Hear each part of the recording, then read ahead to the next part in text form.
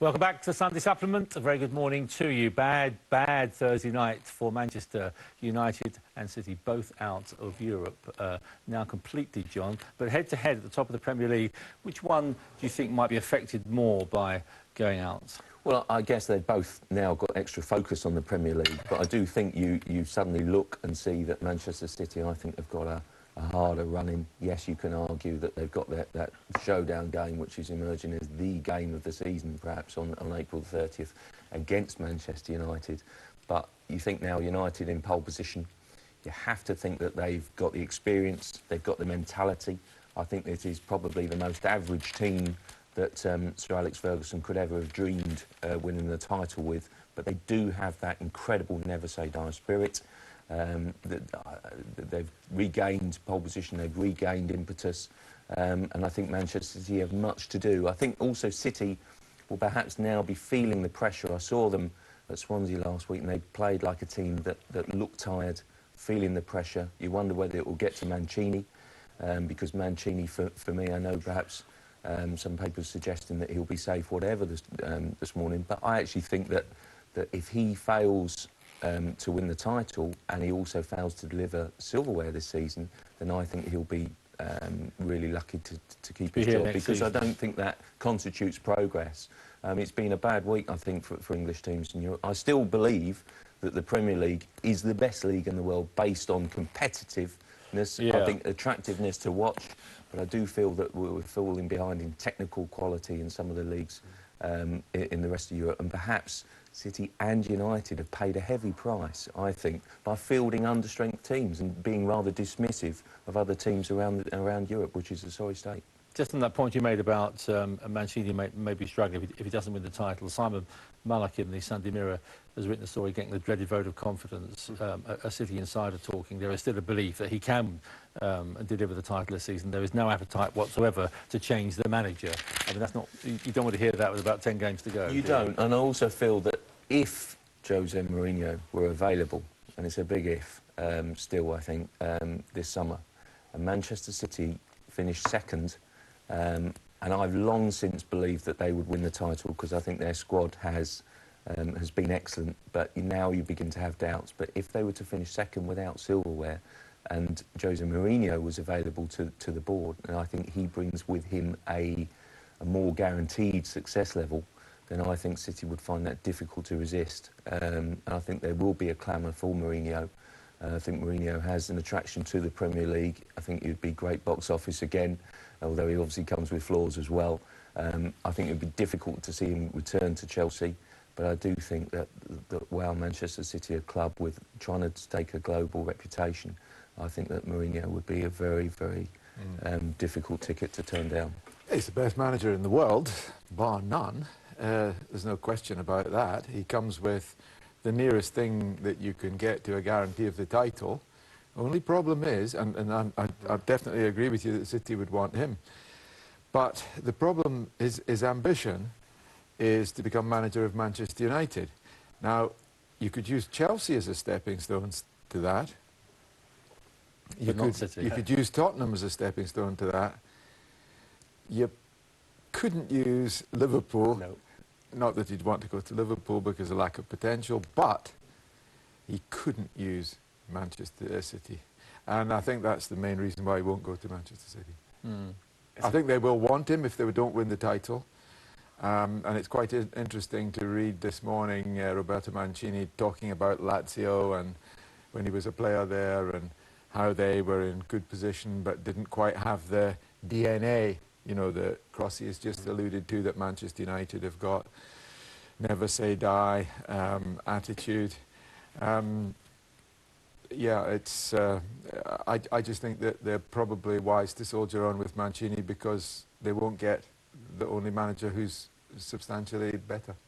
The Mancini and Mourinho story is interesting now because, I mean, Simon Mullock is very well sourced at City, and I believe one of the things City are saying is that they have doubts about Mourinho. You know, that if you think about City being owned by this royal family of Abu Dhabi, and they want to do things with a certain style, they want things to be about their values. When Jose Mourinho arrives at a club, it becomes about Jose Mourinho, and I think they might feel that he would detract from that albeit that they would recognise him as a good manager.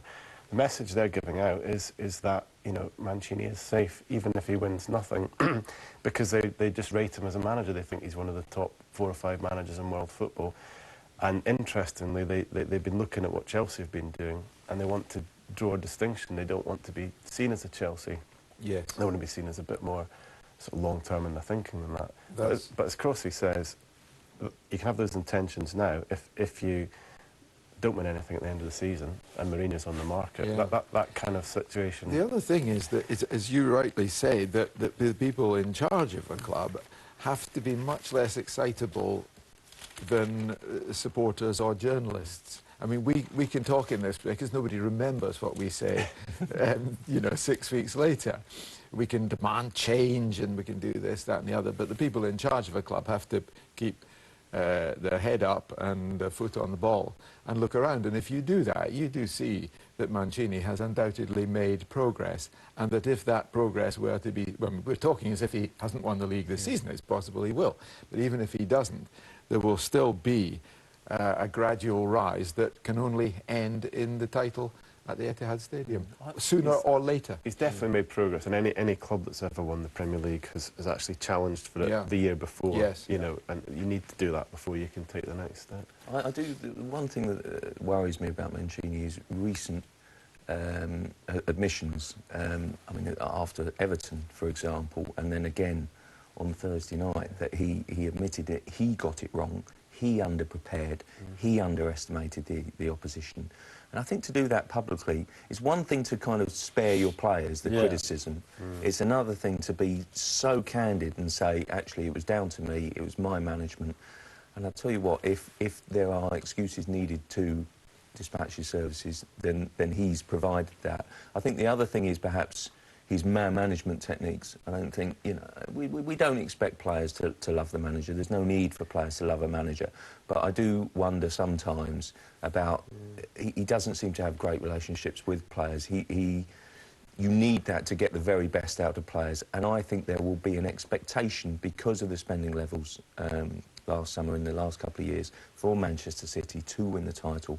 If they fall short of that in any regard, then I think it will be classed as a disappointment. Do Manchester City accept disappointments? I'm just reading this Jodie and Lescott interview that Joe Bernstein's done, the Mail on Sunday, how they're all looking forward to having Tevez back. And back in the team. It'll be interesting. He's an emerger, the great saviour here in the end, isn't it? Yeah, I was actually with Joe when we did the interview with Lescott, and it was... He's their take on it. Go on, he described what happened when Tevez came back after his strike or his exile, and he said, you know, he walked in the dressing room and Michael Richards picked him up like you'd pick up a child and started bouncing him up and down. He's just so excited to see him. The players do love Tevez. You know, whatever his problems have been with Mancini, the players love him. And Lescott was talking about, you know, he's got 10 games, and if he plays in those 10 games like we know he can play, we'll forgive him anything. And I think Tevez is going to be on the bench against Chelsea in midweek. He'll probably come on, and it just could be an amazing twist in this sort of Premier League season. You know, the guy, the outcast. I've got this image of him on April the 30th, scoring the winning goal against Manchester United, as he did for West Ham. Yeah. And going on to win the title after everything that's gone on. Absolutely. Even if he is only fit enough to be a sub, you know, remember what he did for Man United in 2008. He came on. He almost won them the league with that goal he scored against Blackburn. It would be perfect for him and his mentality to have this sort of role. And you know, Mancini would probably. Can the relationship between Mancini and Tevez really ever be the same again? I don't think it'll ever be warm and cordial. But then, as John alluded to, I don't think Mancini's relationship is necessarily warm and cordial with many players. But what Mancini is an absolute professional, and he recognises that there's a need to have Carlos Tevez in his team at the moment. Absolutely. He's played it well. He's played the return as well as he played the departure, Mancini. But the only slight, it does seem like, you know, the trump card coming out, but Manchester City's fans of a certain age will think Rodney Marsh at the moment and perhaps not be quite so happy about Tevez's return. But, no, I think it could be a help. The only problem is that bringing him back, I mean, yes, Michael Richards is bouncing him and everybody's saying, and Julian Lescott's saying, well, why don't we put him back in the team? Well, he's not going to be playing centre-half, Julian, so that's what you're all right. But Mario Balotelli might feel slightly different, because he might be hoping to play a little part in the final thing. So might Aguero. So might so might Dzeko. And all of those will have issues with Carlos Tevez swanning back into the team. But if you look at City, you know, they are struggling just a little bit for inspiration at the moment. You know, they had this sort of incredible run before Christmas. They were scoring for fun, and that's gone out of their game a little bit. And their away record's poor. They haven't been scoring away from home. And one thing, they've gone flat, haven't they? They have gone flat, and this squad that we thought was so sort of big and deep and expensive, it now looks like it relies an awful lot on David Silva being on form and Yaya Toure being in and he didn't look shape. right the other night either, did he? No, so he's playing with an injury. Yeah, an ankle injury. Yeah, he was foolish enough to mention it in an interview. I think there might be a few Manchester United players looking for that ankle on the 30th of Were you surprised, John, how easily United were outplayed? Why? I think it's just arrogance. I think that I think it's a mixture of inexperience and arrogance. I think that. Sorry, Johnny, you're shaking your head. You finished. Or maybe he's just falling asleep. Disagree with you. But no, I just think that attitude's been wrong right from the start. I think that all, you know, Manchester United, Chelsea, a few of the, well, Chelsea until recently, a lot of the problems being ascribed to English football as a whole are in fact individual problems.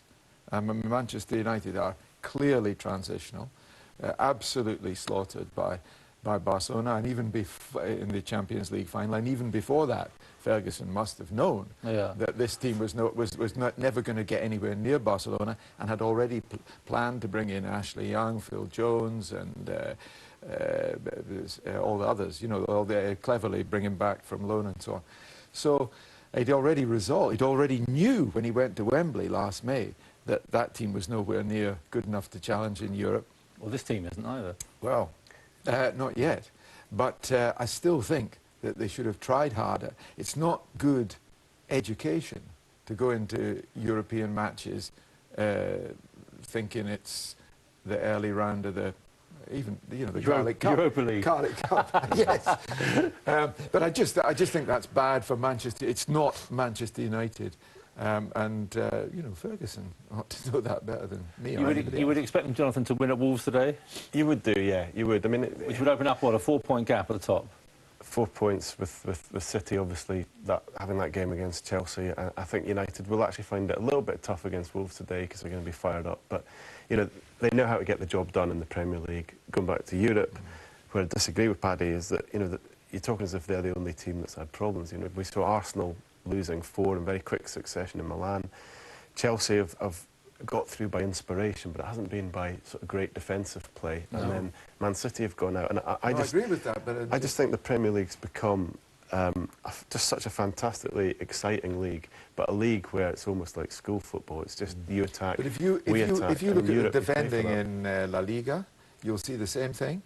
Italian, you look at Napoli. Napoli had a magnificent. I mean, we think of Italian football, and the cliche is, you know, Catenaccio will be solid at the back, and they'll have one striker who will get one chance in the game and he will score. Napoli have 3 fabulous attackers. They play, you know, the kind of football, you know, it's attack, attack, attack, and the defence is very poor. But there's another factor. Very poor. They keep the ball, these teams you're talking about. You know, yes, they defend in midfield, yes, English clubs don't keep the ball, and they're not defending properly at the moment. But you can win a Premier League game like that.